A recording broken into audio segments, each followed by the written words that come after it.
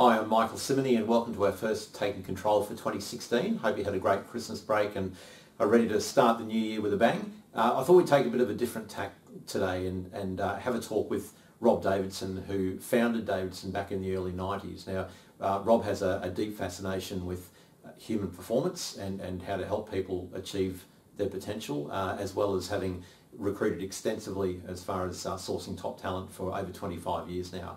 Rob, perhaps you can give us a bit of background in terms of what you do these days at Davidson. Thanks, Michael.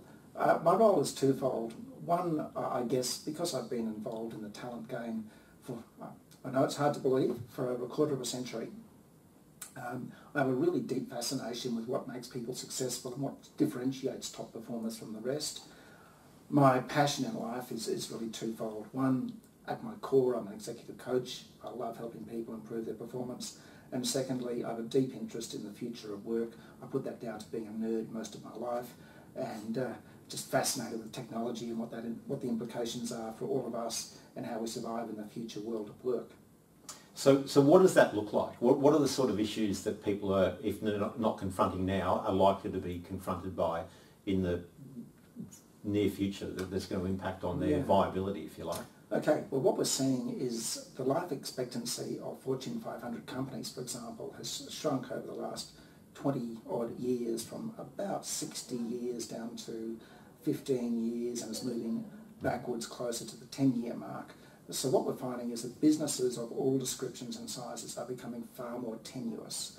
The future world of work probably means for most of us that our businesses are going to get smaller. We're going to require less people, as everything that can become a platform will become a platform. And there's no room for average performers in the future, Michael. So that sounds quite potentially confronting for people and probably a bit scary and disconcerting to some degree. What sort of things can we do as individuals, and particularly we're talking about salespeople here, that are going to help us not just be viable and remain employable, but still be able to advance our careers? Well, I think the good news first is that in every economy, Eastern and Western, you look at throughout the world, about 8 at the lowest and 13% at the highest of jobs in that workforce are salespeople. So a salesperson is the number one job in almost every economy in the world.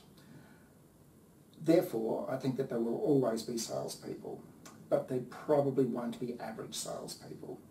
So I think it's two things. One, it's back to basics, that which we would always have done. And what I tell all of the people I coach at this time of the year is sit down, grab an hour this weekend or one evening this week and write down, what did my CV look like at the beginning of last year?